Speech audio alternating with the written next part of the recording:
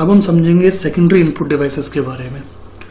तो secondary input devices, जैसे मैंने पहले भी आपको बताया था, वो इनपुट डिवाइसेस जिन्हें कंपल्सरीली सिस्टम के साथ लगातार टच रखना ऐसा कुछ जरूरी नहीं है।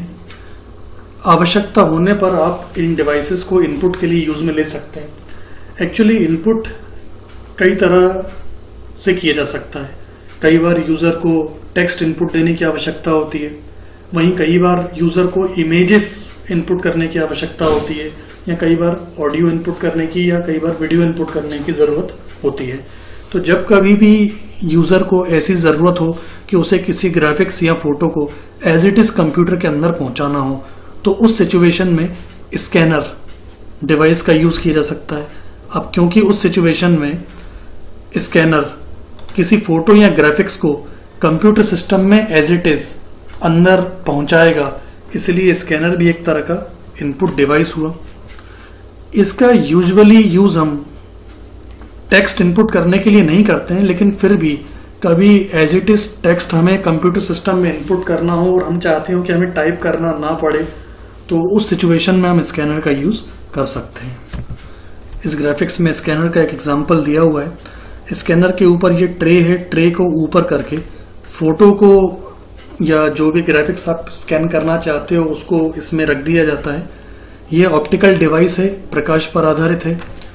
यहाँ से लेजर बीम निकलती है, फोटो को एज इट इज स्कैन करती है और कंप्यूटर सिस्टम में एज इट इज इनपुट करती है। स्कैनर्स को यूजुअली हम दो कैटेगरी में डिवाइड कर सकते हैं, एक फ्लैट बेड स्कैनर और दूसरा होता है हैंड हेल्ड स्कैनर।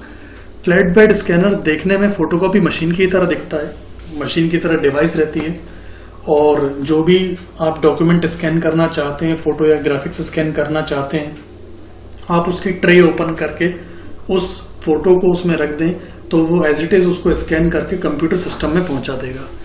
इसके बजाय हैंड हेल्ड स्कैनर, नाम से आप समझ जाइए, हैंड हेल्ड मतलब ये छोटा सा, छोटे फ्लैट बेड की तुलना में छोटे साइज का स्कैनर होता है, जिसे डॉक्यूमेंट के ऊपर हमें घुमाना पड़ता है और घुमाते साथ ही वो एज इट इज उस डॉक्यूमेंट को स्कैन कर लेता है। ये आप ग्राफिक्स में देखें, हैंड हेल्ड स्कैनर, जिसके थ्रू एक पिक्चर को स्कैन किया जा रहा है।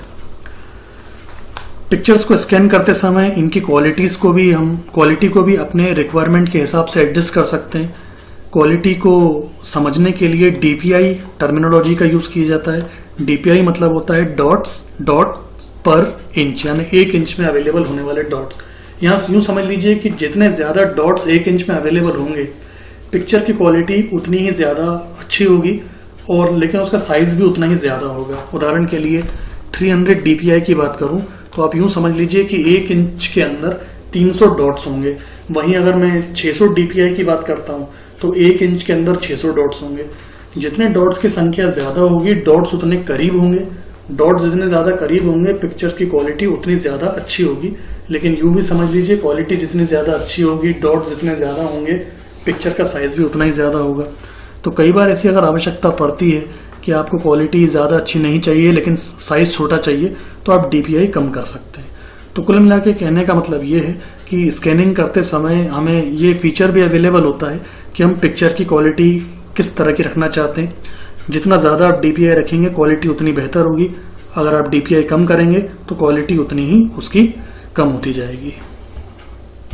स्कैनर के अलावा इनपुट करने के लिए स्कैनर के जैसे ही दूसरे भी रीडर्स का प्रयोग किया जाता है। यूजुअली अगर कैरेक्टर रीड करने की जरूरत हो तो कैरेक्टर रीडर्स डिवाइसेस का यूज किया जाता है। कैरेक्टर रीडर डिवाइसेस को कई सारी कैटेगरीज में डिवाइड किया जा सकता है, और इन कैटेगरीज को नीचे बताया गया है। सबसे पहले MICR, magnetic ink character recognition, optical character recognition OCR, OMR mark sensing या ऑप्टिकल मार्क रीडिंग, इसके अलावा बारकोड रीडर के लिए बारकोडिंग। सबसे पहले बात करेंगे MICR यानी मैग्नेटिक इंक कैरेक्टर रीडर की। MICR टेक्निक मैग्नेटिक इंक से लिखे हुए कैरेक्टर्स को रीड करने के लिए जो डिवाइस यूज में ली जाती है उसे कहा जाता है। मैग्नेटिक इंक से लिखे गए कैरेक्टर्स का एग्जाम्पल आपको यूजुअली चेक पर दिखाई देगा। चेक में जो नीचे की ओर चेक नंबर लिखा जाता है वो check number magnetic based chemical वाली इंक से लिखा जाता है और इस स्पेशल इंक को रीड करने के लिए जिस डिवाइस का यूज करते हैं उस डिवाइस को MICR कहा जाता है। MICR तकनीक का सर्वाधिक उपयोग बैंकों में किया जाता है। बैंक या ड्राफ्ट पर ग्राहक खाता संख्या, ब्रांच कोड, राशि का चेक ड्राफ्ट नंबर होता है। इस प्रकार के चेकों पर अंकित जानकारी की तुलना पहले से संचित डाटा व सूचना से की जाती है, जिसकी सत्यता की जांच की जाती है। कहने का मतलब ये है कि इस तरह के स्पेशल कैरेक्टर्स को रीड करने के लिए MICR कोड डिवाइस का यूज किया जाता है और बहुत ज्यादा हद तक इसका यूज बैंक में किया जाता है। MICR के अलावा कैरेक्टर रीडर के तौर पे OCR का भी यूज किया जाता है। आपने कई बार कुछ फॉर्म्स भरे होंगे, उदाहरण के लिए अगर आपको टेलीफोन कनेक्शन चाहिए होता है तो आप एक इनपुट फॉर्म भरते हैं जिसमें चौकोर स्क्वायर बॉक्स दिए रहते हैं और उन स्क्वायर बॉक्स में हम लोग एक एक अल्फाबेट कैपिटल फॉर्म में लिखकर भरते हैं। तो उस तरह के फॉर्म्स को रीड करने के लिए OCR डिवाइस का यूज किया जाता है।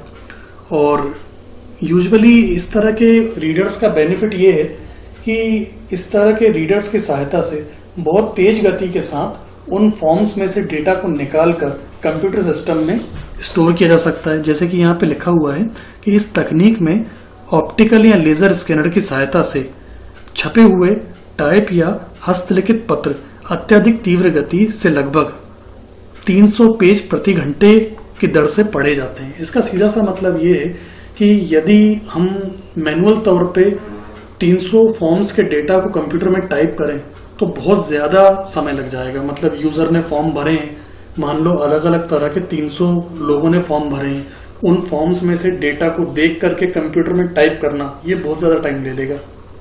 बजाय इस तरह की टाइपिंग के अगर हम OCR डिवाइस का यूज करते हैं तो OCR डिवाइस में ये कैपेबिलिटी है कि वो प्रत्येक घंटे में इस तरह के 300 पेजेस, भरे हुए पेजेस में से डाटा को निकालकर कंप्यूटर सिस्टम के अंदर फीड कर सकती है। तो नो बिग डील, नुकसान कहीं से भी नहीं है हमारा। हम इतने सारे फॉर्म्स में से डेटा निकालेंगे, पढ़ेंगे और उसे टाइप करके कंप्यूटर में फीड करेंगे। बजाय इसके अगर हम OCR यूज करते हैं तो भरे हुए 300 फॉर्म प्रत्येक घंटे के हिसाब से वो उनमें रखा हुआ डेटा कंप्यूटर सिस्टम के अंदर पहुंच जाता है। तो कुल मिला के इस तरह के फॉर्म्स में से अल्फाबेट्स को रीड करके कंप्यूटर में डेटा को इनपुट करना, इस तरह का काम OCR डिवाइस के थ्रू किया जाता है। ये हमने OCR के बेनिफिट्स के बारे में बात किया।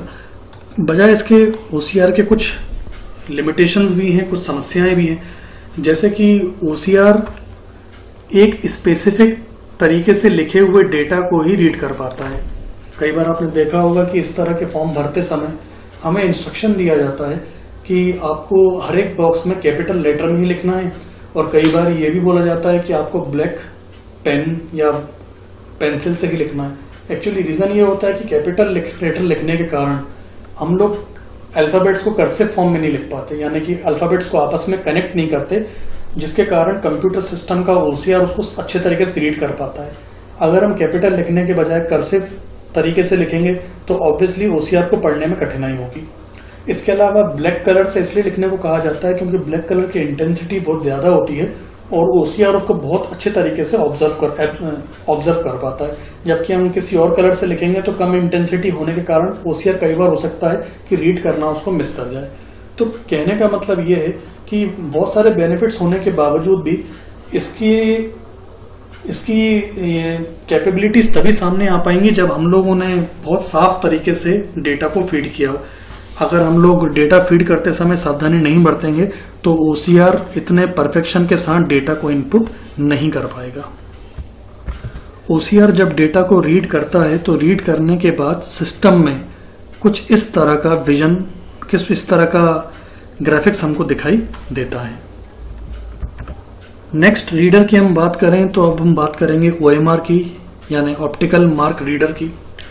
ऑप्टिकल मार्क रीडर का यूज करके मार्क्स यानी कि चिन्हों के द्वारा डेटा को इनपुट करने के लिए किया जाता है। कई बार आप लोग आंसर शीट भरते समय OMR शीट्स का यूज करते हैं। OMR शीट्स में होता यूं है कि ऑप्शंस के आगे हमें गोले प्रदान किए जाते हैं, कुछ सर्कल्स प्रोवाइड किए जाते हैं और उन सर्कल्स में हमें ब्लैक बॉल पेन या पेंसिल के थ्रू फिलिंग करनी होती है गोले के अंदर। तो वो जो OMR शीट्स होती हैं, उन OMR शीट्स को रीड करने के लिए OMR मशीन का यूज किया जाता है। जिस तरह OCR, जो कि हमने पहले पढ़ा था, कैरेक्टर्स को रीड करता है, उसके ठीक विपरीत OMR मार्क्स के थ्रू डेटा को रीड करने का काम करता है। बेनिफिट इसमें यह हो जाता है कि जहां OCR के बारे में कहा जाता है कि वो 1 घंटे में 300 पेजेस के डेटा को निकाल सकता है, OMR के बारे में कहा जाता है कि ये प्रति घंटे में, यानी हर 1 घंटे में 2000 शीट्स में से डेटा को रीड कर सकता है। तो एग्जाम्स लेने के लिए, जो कॉम्पिटिटिव एग्जाम्स होते हैं जहां पर ऑप्शनल क्वेश्चंस पूछे जाते हैं, वहां सर्वे करने के लिए और रिसर्च करने के लिए, या अलग अलग तरह के क्वेश्चनरीज यानी कि क्वेश्चन पूछने के लिए जो हम लोग डेटा शीट्स बनाते हैं, जहां पर चॉइसेस में आंसर देने की संभावना हो, वहां से डेटा रीड करने के लिए OCR से ज्यादा बेहतर OMR डिवाइस को माना जाता है। यहां ये बात याद रखिएगा, OCR कैरेक्टर को रीड करने का काम करता है और OMR ब्लैक कलर के डॉट्स यानी कि मार्क्स के बेस पर डेटा को निकालने का काम करता है। और मार्क्स निकालने के कारण OCR की तुलना में OMR की इनपुट कैपेसिटी कई हद तक बहुत ज्यादा होती है।